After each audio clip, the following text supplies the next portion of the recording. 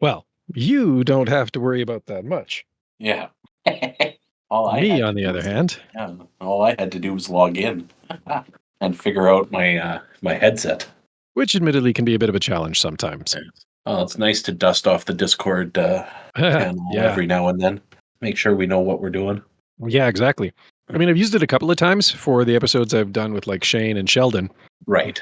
but yes, happy that we could make it work tonight because yeah, unfortunately, I don't think, at least while it's cold outside, I don't think the house is going to be viable for recordings Yeah. No, anymore. At least yeah. after 9:30.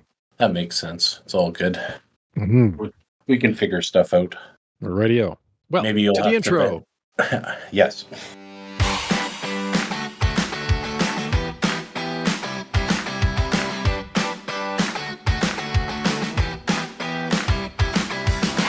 Well, welcome back to another episode of Scouting Stuff. You've got two of us this evening. I'm still Scouter Ken, and finally, at long last, at the other end of the internet, Scouter Colin. Hello. I am here. Well, and glad I am to have you here. I don't think I've caught up with you yet in 2024, at least not for a recording. No. So, oh, goodness. Well, thanks for understanding, too, on the need for remote recording. As was alluded to in the bit just before the introduction there, stuff's changed in the house here. So kids have different sleeping arrangements and that's fine. It's like I said, it's all right to dust this off every now and then because I mean we do live a distance apart, so yes, it is a bit of a commute if we do plan on recording in the same space at the same time. So yes, this is a nice viable alternative to that. Absolutely. Oh my goodness. Well, so you know what? I'm going to turn things on their head. How you been? Oh, well, I've been doing okay. I've been busy, especially this last week. Lots going on. Yeah. Some of it with me, some of it with my partner Cindy. But yeah, we've. She's been working on her honors thesis, so she had to present on Friday, and so there were a couple of late nights getting that all together and I don't buttoned up, and yeah, getting the technology all figured out and all that good stuff. It was for a research day at the university, so I wouldn't say it was a huge event where there were a lot of people, but I would say there were some significant academics in the audience, and yeah, there was probably about 50 to 75 people in the conference room that we were in. So I mean, it wasn't big, but it was interesting. It was my first time attending something like that. And then I, for those that don't know, I sing in a community choir as part of my as part of a hobby of mine, and we were performing on Saturday. So we had a dress rehearsal Friday night, and then the concert on Saturday, and now my voice is totally ratched and. Yeah, you're sounding a little rough there. Yeah, it's not the rich, soothing baritone that it's more like the I've been burning the candles at both ends and probably slept really hard last night and snored quite a bit. So my mouth is my throat is kind of raw. So we'll see how that goes for the rest of the recording. Yeah, we'll work with it. And if we need to, stop early, then oh well. No, it'll be fine. I'll just, I have a glass of water here, so I'll just kind of keep doing that, and we should be all right. Yeah, we'll be all right. So, well, cool. I mean, yeah, and you and Cindy have both had lots going on. Like I know she's got that, and then like last week you were doing like the round dance thing, I think, which is also through the university. Yep. Yeah, that was an event that was put on by the FNS Faculty of Native Studies faculty, and So that was an interesting experience for me, having never been to one. It was fun, and I was paying attention to the. I didn't necessarily participate, but I was engaged in the singers in the center, just listening to the songs and the drumming and that kind of thing. It was a unique experience in that regard. I bet. Oh, that's awesome. And then before that, work stuff. There's been, some travel and, yeah. And I guess post Christmas, Cindy and I took a much needed break. We went down to Mexico for a little bit, and I burned my shoulders. So that's the highlight of that trip. When you inadvertently spend too much time in the sun with no sunscreen on, that's the repercussion. Yes, that does happen. Yeah, I had been doing pretty good, so I would go in the pool for like 5-10 minutes, and then I'd go find my shady spot, and I would plop and read a book, and then go and spend 5 or 10 minutes, a couple of hours later in the pool. And so I was pretty good about not getting burnt. And then one day I got in the pool and I had been splashing around, and then I ran into, I met someone who was from Ottawa, and we got to chatting, and next thing I know, I've been in the pool for, a couple of hours, and my shoulders are starting to look a little red, and that's in the sun. And I'm like, I should probably get out of the pool. And it was too late for me. So the application of a bottle of aloe and, many cold showers and, trying to soothe the burn. So, yeah, don't be stupid, people, folks. Always remember the sunscreen. Don't do as Scouter Colin does. You might even say you were not prepared. Oh, yeah. Well, okay. I'll let you get away with that one. Mostly because we're not in person.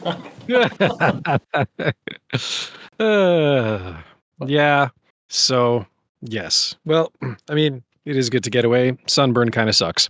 Yeah. But it was worth it in my mind. So, yeah, that's good.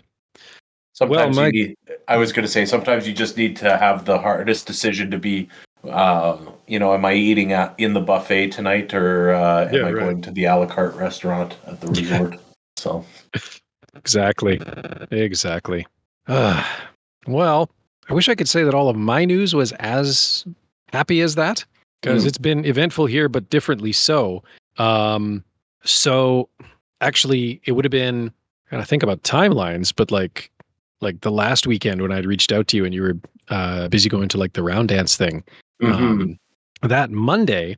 So I got to rewind this a little bit. Like my mom's, both of my dad's parents are gone. They've been gone for years. My mom's parents retired to Vancouver Island in, I want to say 1993. They've been out there for a long time. Yeah. And I mean, you think about like how old we were in 1993, and like that, going out to visit them in that particular part of British Columbia, like it's been a fairly formative part of my life. Like I've spent a lot of summers there, through, my teen years and even into my 20s. And even, raising a family, we've been out to visit a few times. I have lots of photos of the kids having a fun time out there. And like they really made a life and a name for themselves in the community out there. They were involved with all kinds of different things out there, from like just behind their place was like this lovely stretch of forest. And initially it was going to be sold to a developer, but then they got in on like a preservation project for it, and they were big contributors to that. So now it's this lovely little bit of like historical area and parkland. And again, just a beautiful, BC forest to go and walk through with those tall red cedars. Lots of other stuff they were involved in throughout their community. And, over the last year, they were quite spry even into their 90s. My grandfather, especially. My grandma had some health issues a couple of years back, and we thought she might have been, on a downward trajectory, but then she's actually bounced back fairly well in the last little while. And then, unfortunately, my grandpa had a few falls, and after this last fall, he was really struggling to like breathe or eat or anything, and so they kind of checked him into Mhm. hospital, and basically a whole bunch of different of the health problems that he had kind of been quietly battling, but not really like suffering through, all Mhm. came to a head. And Mm. like my wife, so we do like the family Zoom calls at Christmas. We got into the habit obviously during COVID, but nowadays it's more just a way to include the people who aren't in the area Yeah. in the activities, right? So like, Grace's we've done it with Grace's family for longer than COVID was even a thing. And I mean like that's, her sister out in Vancouver or various other family members who can't make it to wherever we happen to be hosting that year. And this should be looped in my family as well, because of course, my sister's out in New Zealand, grandma and grandpa are on the island. Whoever else could join, the Zoom link kind of just went out on like the family chat channels, and whoever else could join joined. Mhm. So that was really good. But after the call, my wife, who, I mean, Grace, she's been a nurse for coming up on 20 years now. And like, she is so good at just at a glance diagnostics. And she Mm. just kind of pulls me aside. She's like, I know we were planning to go see your grandparents this summer. You need to plan to go see your grandfather ahead of that. Mm. And so I finally found like a little chunk of time I could take off. That was right after the weekend, like that I texted you and you were doing the round dance thing. So we couldn't sync up. And Mhm. like, so I flew out that Monday morning, and literally just as I was getting on my connecting flight to take me over to the island, I got news that he had passed away. Uh, So that sucked. And yeah. then this last week was his memorial service. So I flew out there again. Um, Mhm. Actually managed to coax my dad onto an airplane for the first time in forever. And I mean, again, like 92, you're not really surprised when someone goes at 92. No. And, he went quickly and evidently quite painlessly. So, And that's in what you terms, that's what you right. hope for people, right? Is like the quick Yeah. and the painless and. So, like, as these things go, this was about as good as it could have gone, I suppose. But, Mhm. I mean, still, it's a It lot of sorrow, and people are kind of, nobody was surprised, but it was quick enough that it was like, that people were like, well, that was, quick. And there was like jarring, yeah, you there's a bit of a know. jarringness to it, a suddenness. People are reeling a bit. Mhm. So stayed out there for a little bit, came back, and now it's just kind of been shaking all of that off. But still, like, it's sad, but it's like good to see like all the family, and like it, it's funny how these things sometimes turn into opportunities for like little bits of healing and mending offenses. And so like overall, very, very positive experience. It just, sucks that it happens in the context of losing Yeah. somebody. And that ain't Yeah. great. But 'tis what it is, unfortunately. Well, my condolences to you and your family. Mm, thank you. But yeah, and then beyond that, work, busy, Mhm. family life, busy. The kids have been doing well in curling. We've had a couple of bonspiels since you and I last talked. Um, Elena and Juliana led a team in one of them, and Ella just had one with her team this past weekend. And I think we've talked about this before. I don't know if I've ever said it on the podcast before, but under Curling Alberta, even kids can win money. Oh, really? Mm, I did not know that. well, there you go. Yeah, I've so I've learned something new today. like Ella's team was competing in a U15 bonspiel just outside of Edmonton on Saturday, and they won in their pool. They came in first in their pool. Mhm. So the prize was like $120 to split between the three of them. I mean, you're not going to make a living doing that, but No, when you're but 15, $40 in pocket is $40. I mean, that's yeah. And for them, it's not like it necessarily was work. It was something fun that they were enjoying doing. So yeah, exactly. yeah. So it's but yeah, funny little thing. Kids can actually win cash. Huh. So Well, there you go. good on them.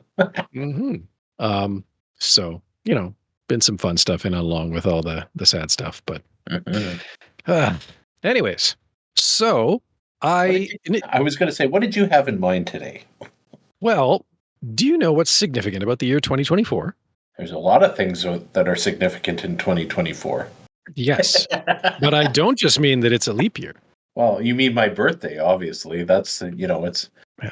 you Well, you know have one of those every year, wh- but when yes, I when I, yours. when I yeah, but it's you only turn 44 once. Come on now. Oh, that's true. And your birthday only every so often coincides with Easter. Yes, exactly. But No, I'm but assuming that's not what you were talking. it wasn't quite what I was getting at. No. But speaking of birthdays, Beaver Scouts was founded in 1974, which means that this year is 50th year of Beaver Scouting around the world. Really? Yeah, Well, if you can believe that. well, you did. You obviously knew. I'm like, Yeah. who knew? Mhm. Not Yeah. me. Oh, that's all right. Yeah. So Beaver Scouts, I mean, I guess it's worth going into the history a little bit because 1974 is not quite the start of it. It is, but it isn't, if I can put it that way. So Beaver Scouts, and we do take pride in inventing it here in Canada, and it kind of was, but also not completely. So, what we know as Beaver Scouts in Canada was developed in 1971. And there were three people primarily who contributed to its development. Harry McCartney, who at the time was the executive scout director for Manitoba. And he's actually the one who wrote Friends of the Forest, which is kind of the literary narrative framework for Beaver Scouts. Similar to like the role that the Jungle Book plays for Cub Scouts. There was also Alan Jones, who was another executive with Scouting in Winnipeg. And then there was Gordon Hanna, who was part of the United Way Youth Council, I assume also in the Winnipeg area. And he was actually tapped to be the coordinator for the project. And it was kind of a back and forth thing. Jones and Hanna worked on program concepts, and then McCartney would like write the next chapter of Friends of the Forest to frame those concepts. Oh, okay. And so 3 colonies were initially started in Winnipeg to sort of pilot the program, all in 1971. One was established in Elmwood. There were about 13 kids that joined that one. I don't know where the other 2 were started, but I'm assuming they had roughly similar memberships. And the program was evidently a really, really rapid success and grew very, very quickly. So it was actually formally incorporated into Scouts Canada in 1974, which is what we're getting the 50-year date from. That said, the history goes back even a little bit further because in 1966, the Scout Association in the UK, and specifically the Northern Ireland component thereof, started piloting a program that they also called Beavers back in, like I say, 1966. And actually, it goes back a little bit further than that. And I mean, this part of the history, I think we may have talked about before because, we know what led to the creation of Cub Scouts. There was demand from the younger, basically people didn't just have, especially back in 1907, people didn't just have one kid usually. So boys were showing up for Scouts, and there were almost always younger brothers in the mix who wanted to join with their older siblings, but because of the rigors and demands of the Scouting program, couldn't necessarily. And so this led to the creation of Wolf Cubs in 1916. But there were still yet younger kids who also wanted to come along. And so in 1963, the first idea of a pre-Cub group was set up in Northern Ireland. At the time, it was called Little Brothers. And this was in Dromore initially, and then it spread to Belfast within a couple of years. And it kind of continued to expand throughout Northern Ireland. And eventually, Baden-Powell gave it the official name of Beavers in 1966. Or I guess it wasn't necessarily Baden-Powell himself. Sorry, I'm talking as I read here. It was given the name of Beavers in 1966. Evidently, that was one of the names that Baden-Powell had originally considered for Wolf Cubs. So starting in 66, the Scout Association in the UK introduced what they also called Beavers. And then Scouts Canada kind of took that and ran with it, starting from 1971 when it was created here by people involved with Scouting, and then 1974 when it was formally incorporated into our program. And of course, since then, it's been exported to a bunch of other places around the world, although not always under the Beavers label. Famously, the Australians call it Joey Scouts. Yeah. I think there's an African country that actually calls it like rabbit scouts or bunnies or something like that. So I have to find out which country that was and then go to my eldest and say, so I was slightly wrong. There were bunny scouts that you could join if we moved to African country. What's the BSA equivalent? That's not beavers, right? That's something Well, different. the BSA starts with Cub Scouts. And then for the very, very youngest sections, they have like lions and tigers. And that targets like the 6 and 7-year-old set. Right. That's what I was recalling anyways, was that there was some difference there. Yeah, they just basically expanded their Cub program to include the younger kids. They don't have a nominative distinction between the youngers and the Cubs. So then is it only a group then, or like is there only a section then that applies to some countries and not all? Yeah, I mean, programs? Yeah, not every country. And, I used to have this really great chart, and I got to see if I can find it again. Because, actually, maybe I have something here. Yeah, I got to think, because there are a few other countries that have it. So, like, it's Joey Scouts in Australia, obviously Beaver Scouts here, or Castors, if you're en français. There's also the Baden-Powell Service Association here in Canada. Their corresponding section for the youngest age group is called Otters. Japan has Beaver Scouts. Mexico used to have Beaver Scouts. They don't anymore, officially. In New Zealand, they're called Kias, named after a parrot that is native to the island. They're called meerkats in South Africa. This is for 5 and 6-year-olds. Trying to think where else. Looking here, just trying to see if any of the other. So a lot of the African countries have what is called Luveto, which is starting at about age 6. Sungura in Kenya starts at about age 6. In Nigeria, they're called, well, this is the Guides Association in Nigeria. They're called Sunbeams at age 4 to 6. They're called Teddies in South Africa. Again, that's the guide section, though.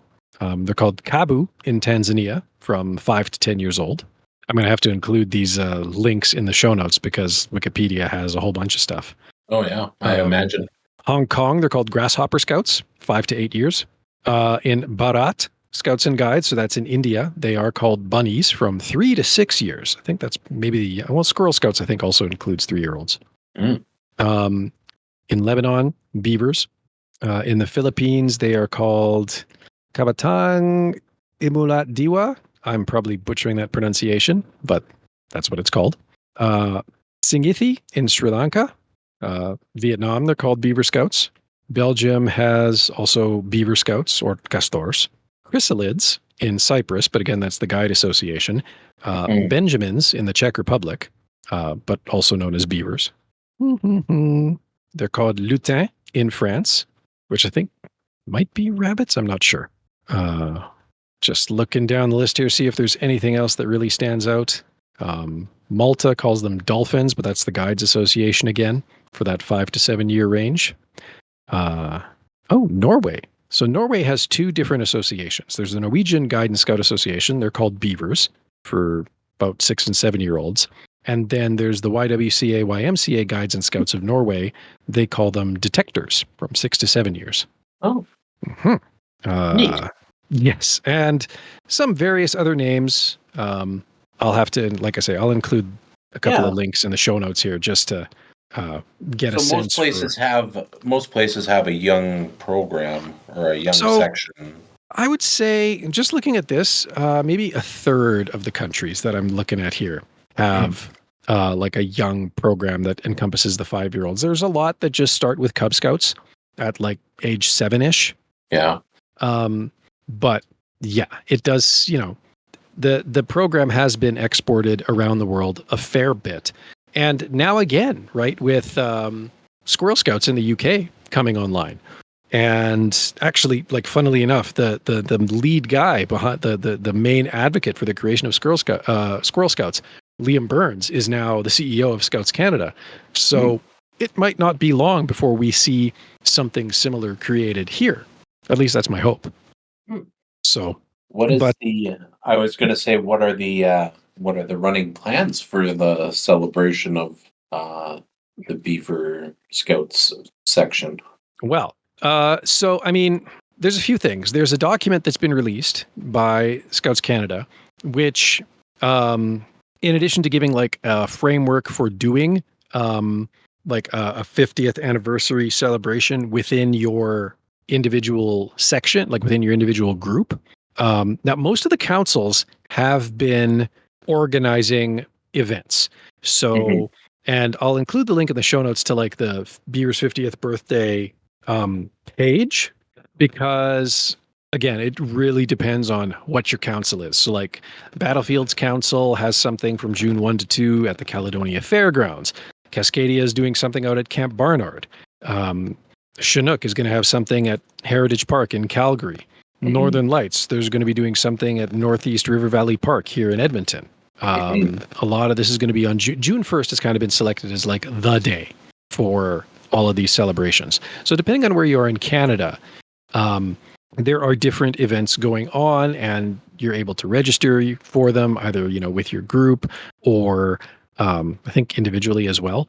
And then there's some other stuff too within the document that's been released, like things that you can do to celebrate it within within your group. Some challenges, right? Like hike 50 kilometers throughout the year, plant 50 trees, collect 50 tons of food for the food bank, 50 hours of community service, set up a time capsule, rake 50 bags of leaves, learn or sing 50 songs throughout the year. Award within your section 50 personal achievement badges or 50 OAS stages. So lots of options. But yes, June 1 is going to be the big thing.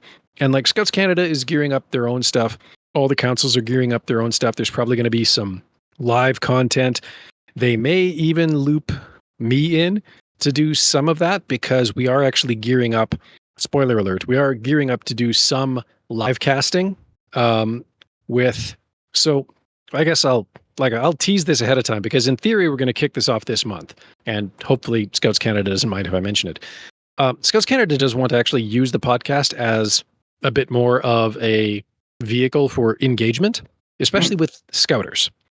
And so starting a little later this month, we actually are about once a month, we're going to do some kind of live cast. And it's probably going to be like simulcast if we can manage it to like the Scouts Canada discussion group on Facebook, Workplace, the Scouts Canada social media network that they've been building. Maybe YouTube, maybe X. I'm not sure what all endpoints we can target with the software we're using. But the idea is that every month we'll have a guest come on, and there will be like some fun and games, and then like a discussion, and then some Q&A opportunities. And I think we might try and do something around Beaver's 50 for June. But I have to actually review with the communications director to see exactly what he's lined up and for when. But I mean, I figured it was probably worth talking about the 50th anniversary in this episode, because just on the off chance, Scouts Canada has been trying to message this fairly hard, but mostly by email, and not everybody reads emails, and I know that. So, I figured this is a good... What are you talking about? Everybody reads everything they get through their emails. Nobody just automatically deletes it. Yeah, I mean, or has filters set up to file it. You're right. That does, yeah. That Exactly. never happens. Everyone reads everything. Yeah, something like that at any rate. So, anyways, that is that. But we are, there's going to be, hopefully, a lot happening around it. And I mean, I'm actually kind of glad that, I actually have like an active Beaver Scout at this time. That was cool. Ella was a Beaver when we did Beaver's 40. So... is there plans within the 59th to do something? Yes, we do have a thing set. I mean, I think we're basically just going to tack on to what Northern Lights is doing, because it's being held here anyways. But then I think we also have some stuff like around the concept of Beaver's 50 in the pipeline for like late May.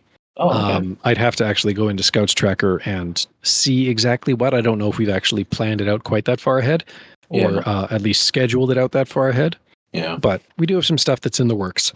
And I imagine there will be some kind of nice crest that goes along with all of this, because actually there is going to be a crest that goes along with it. And there was, I think, a vote being held for that a while ago. I don't know if that's still on or not. Mm, Oh, no, that it has been settled on. So maybe I'll have to use this as the show art. nice. Hmm. But yes, that is that in a nutshell. That is what's happening. Beavers are turning 50 this year. That is exciting. I remember being in Beavers. Yeah, I seem to have lots of fond memories. it was a fun time. Yeah. I believe that's where you and I met, oddly enough, Yes, indeed. if you can remember back that far. Well, I may not remember the particular details, but it was a lot of fun. Yeah. And obviously made a few friends along the way. I would say so. So yeah, that's I am actually looking forward to celebrating that. Like 50 years of doing the Beaver Scouts thing and bringing kids into the program at, like 5 and 6 and 7. Like, it's weird. Yeah, I actually really like working with the Beaver Scouts because, like, it doesn't sound like a lot. 5 to 7 years old doesn't sound like it's a huge difference there, but so much changes in that time. Like 5 to 6, 6 to 7, monumental changes in terms of the ability to learn and retain and communicate and experience the world. Right. And it's really, really fun to work with kids and see that happen. And, just especially the kids who start at 5 and then they come back at 6 and they come back again at 7, and how they can kind of experience and re-experience things. And it's like new eyes each time. It is really kind of fun to see. And, hopefully some formative experiences and some great lifelong memories get made along the way. And enough that, they want to stick with it and move on to Cubs and then to Scouts and maybe beyond even that.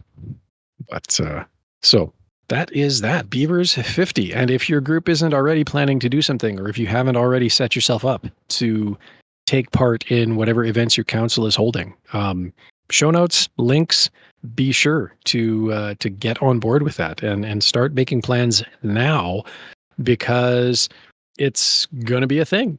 Hopefully it's going to be a thing. And it Well, is it should definitely be worth a something thing, right? celebrating. Yeah. Yeah, it should be something that's celebrated. It shouldn't just be a thing that just happens and Yeah. So you know. make plans to do something and start now, because your group's Mm, probably going to need a little bit of time to actually pull everything together and pull something off. And, if your council's already working on something, great, cool. Support them in that. Show up to help them out as well. And, help make this a really fun time for the kids. Something that they can really kind of look back on and, remember, even if it is, mostly remembered through a crest on a campfire blanket. It's still, hey, I was there for that. That's cool. and if that tags on with an event, you know, that has some good memories to it, all the better. Yeah, absolutely. So, Beavers 50. Start planning now. But that's the message in a nutshell. That's it. Any other milestones happening in 2024 that I need to be aware of, Scouter Ken? Well, if I don't think from within a movement standpoint, Mm. but if I'm really, really lucky, I might be able to get something out the door from the podcast. Mm. And I don't know if you're able to see in the recordings channel, but I just turned on my screen share. Have I showed you this before? I have not. Yes, you have shown. Yes. Yes. Yes. Have I Yeah. shown you some of the answers? I mean, obviously you've got, like, a scout is, a scout has, a scout makes, a scout is careful of, a scout Yeah. belongs to, wise in the use of. And then of course you've got, The stuff standard. that's the standards that are ripped right out of, like, the laws and the promises and the Yeah. motto: helpful, trustworthy, kind, cheerful, considerate, clean, Yeah. works hard, fun, blah, blah, blah, blah, blah. Yeah. Plus the camping tools that you would expect: knives, reef knots, clove hitches, lashing, sheet bends, bowlines, axes, lanterns, stoves, Yeah. the stereotypical stuff. And then some other weird stuff that has been contributed. Mostly this is, I think, the food category. Yeah. I like it. Mm-hmm. There's one for us. Yeah. Cake and a double boiler. Yeah. Yeah. And then I had to add a fourth section, which was like random stuff. there are some things. there are some things that yeah. No, that's that leaders will Yeah. get. Well, Yes. Yeah. Some stuff for the leaders, as it were. As it were. So I'm hoping that I can get that out of the door. yeah. To at some point this year, but we'll see because I'm juggling quite a lot, obviously, at the moment, and actually getting a whole card game printed and shipped is not the easiest thing. But yeah, it's essentially apples to apples, but with very much of a scouting veneer Yeah. on top of it. Scouting themed. Yeah. No, that'd be fun. Hmm. So that's my hope. Yeah. Well, let me know if you need a hand with that. Yeah, absolutely. You know what? I need to actually like go back because I did it in my usual way of like, I need to just start writing this stuff down, like building this stuff out. So I started and then now I'm kind of looping back and I'm like, okay, I actually need to like start putting notes together about this. Yeah. So I'm in the process of pulling together notes about this, but I think once I've got that organized, I'm definitely going to need help with like, all of the different categories, right? Because I was looking at my apples to apples box and I don't know if I can build it quite this big because like we have like the big bonus set of apples to apples. There's almost Yeah. 1,000 cards in there. There's like 200 and some question cards and 700 or nearly 800 answer cards. Oh, okay. Yeah. And I don't think I can build quite that many, but if I can, do something along the lines of that ratio, right? So like, basically like a 1-to-4 ratio of question to answer cards, right? So like 50, but 50 question cards, that still means 200 answers, right? Mm-hmm. So Mm-hmm. at some point, I'm going to need to actually like sit down with you, the few other people, and just like collect ideas and build out this whole list. Mm-hmm. And then I actually have to figure out where the heck I'm going to get all this printed and boxed and people can order it from and all of that. But Yeah. There, and then that's a thing too, right? So I have some ideas there at least, but still takes time. But the year is young for now. So we're still only in the second month. We're good. that's Lots the of hope at time. any rate. Cool. Well, um, let me just quickly fire up the email client here to make sure I don't have any shout outs that are overdue. I think for the moment I do not, but I do have a few new guests that have registered though, so I have to reach out to these Oh. people and connect with them just to Mm-hmm. actually let me see who do we have here. So we have, I guess yeah. So some shout outs to Emmanuel Olojonwo, and then also to David Walker, and then also to Graham Rice. All three of them registered as guests for the podcast, and there will be Oh, a link. nice. Yeah, and there's actually and a fourth, John Kemp. Mm. So they've all registered as guests for the podcast, and like that's cool because like it's a chance to have some new voices come on. Some of them have very particular interests that they want to talk about. Mm-hmm. Things like giant hogweed or the scouting recognition programs that we have in Canada, Oh, or more about rangemaster training and some of the scouting properties here in Alberta. So uh, definitely looking forward to working with all of them to bring some additional content to the podcast, yeah. cover some material that I don't think we've really covered before. So that's cool. Stuff that we're not qualified to cover. Well, I mean, I know that giant hogweed shouldn't be touched, but yes, Yeah. if there's more to learn about it, I should prefer an expert come on and tell me. So, things to look forward to. 2024 is looking pretty all right for Mm-hmm. the podcast. Oh, Plus all that live content that's supposed to kick off a little later this month. So I right. guess there's that for 2024 as well. Mm-hmm. So, All the exciting anyways, things. yeah, absolutely. Um, I will try and loop you in on the scheduling and planning for that. I think they were targeting Thursday evenings, and I know that you are often busy on Thursday evenings, but I'll keep you in the loop on that. And if you're able to take part, then, awesome. Yeah, I'll try and carve out some time. Um, yeah, I usually have scheduled things, but we'll Mhm. see what we can arrange. It may not be every time, but Mm, I can chime in on one or two at least. for sure. Okay. Well, that is all I had. So I guess, unless you had any shout outs. No shoutouts, but I'm assuming you're gonna queue yourself up to do the whole how to get a hold of us and such.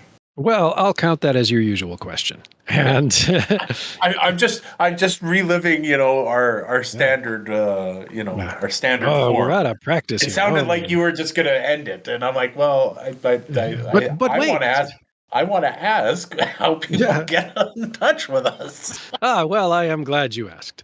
It hasn't changed too much. Obviously, the usual methods: email scoutingstuffpodcast@gmail.com or at outlook.com, or the contact form on the website, or you can register as a guest on the website if you would like to actually lend your voice to the podcast. And if you just want to give us a little soundbite, there's also a little option there to leave us a voice message. Again, on the website, scoutingstuffpodcast.com. We're on Twitter. We're on Facebook. We're on Instagram. I guess it's called X now, isn't it? X, yeah. The platform formerly known as Twitter. The platform formerly known as Twitter. And Telegram. We have a channel on Telegram that I post episode updates to. You can reach out by any of those means. More than welcome to. And of course, you can leave us a review on Apple or Podchaser or right on the website itself. Those are all ways that you can reach out and get in touch with us.